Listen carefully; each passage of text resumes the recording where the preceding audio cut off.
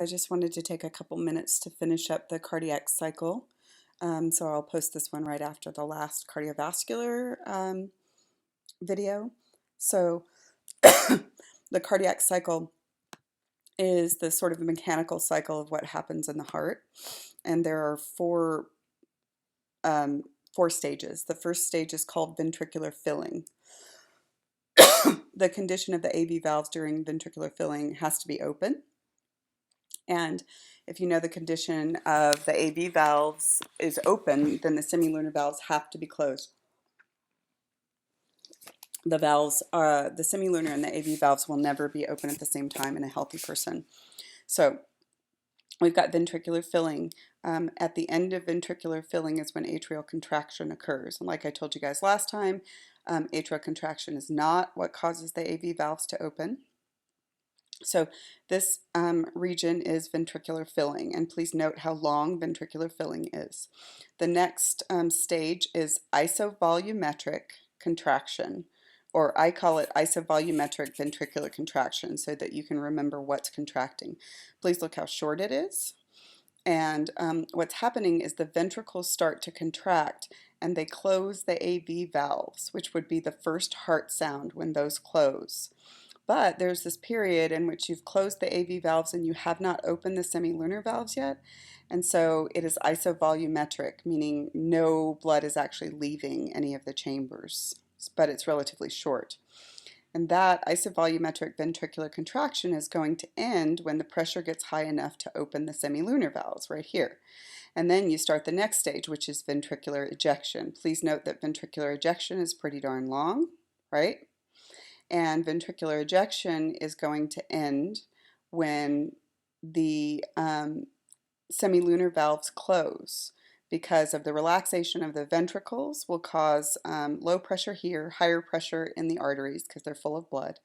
Blood will try to go backwards, and that will close the semilunar valves. The closing of the semilunar valves is the second heart sound.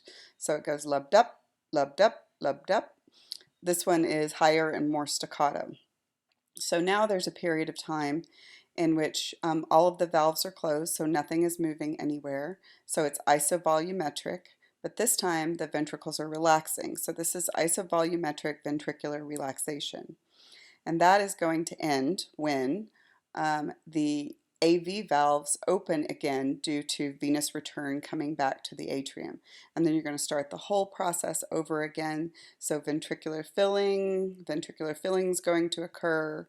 And then at the end of ventricular filling, atrial contraction, and then isovolumetric ventricular contraction, ventricular ejection, isovolumetric ventricular relaxation. So what I want you to look at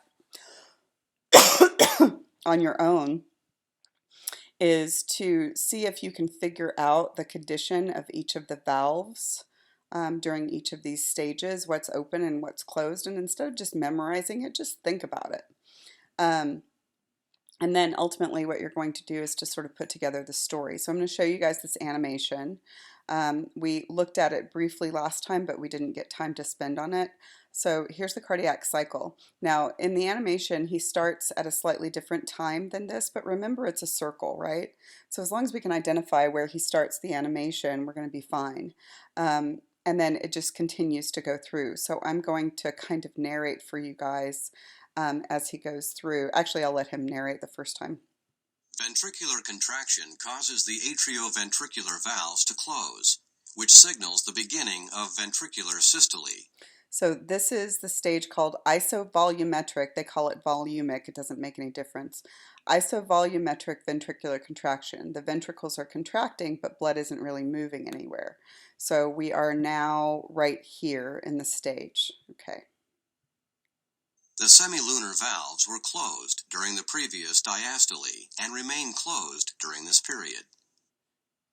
Continued ventricular contraction increases pressure in the ventricles above the pressure in the aorta and pulmonary trunk, causing the semilunar valves to open. This begins the stage of ventricular ejection right here. When the ventricles relax and their pressures drop, blood flowing back toward the relaxed ventricles causes the semilunar valves to close, which is the beginning of ventricular diastole. Okay, so now the semilunar valves are closed and the ventricles are relaxing. So now we're in this brief stage called isovolumetric ventricular relaxation.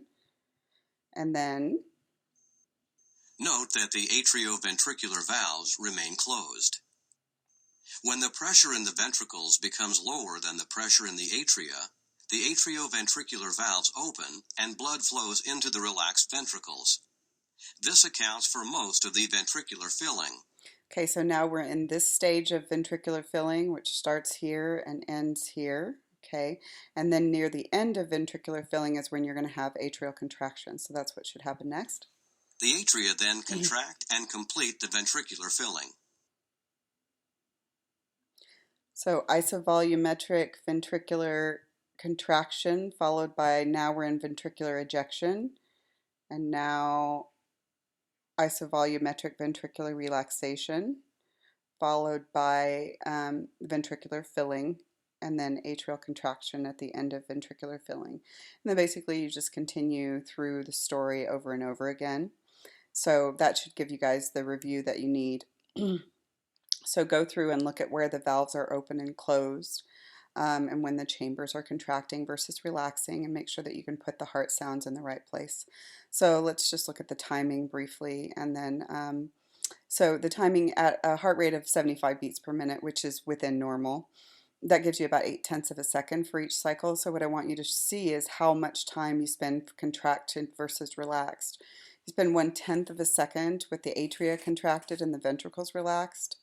You spend 3/10 of a second with the atria relaxed and the ventricles contracted, but you spend half of your 0.8 seconds with all of your chambers relaxed. So the relaxation is really important for filling, like we said.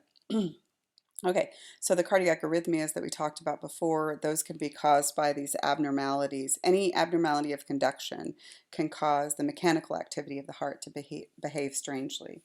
So the last thing for you guys to think about is to see if you can put together the mechanical activity of the heart with the electrical activity of the heart. Not in any really complex way, but what I want to ask you is for each electrical event that I list, the atrial depolarization as represented by the P wave, what is the mechanical event that follows that? Atrial depolarization causes what mechanical event? And by mechanical event, I'm asking, do any chambers contract or relax because of this electrical event?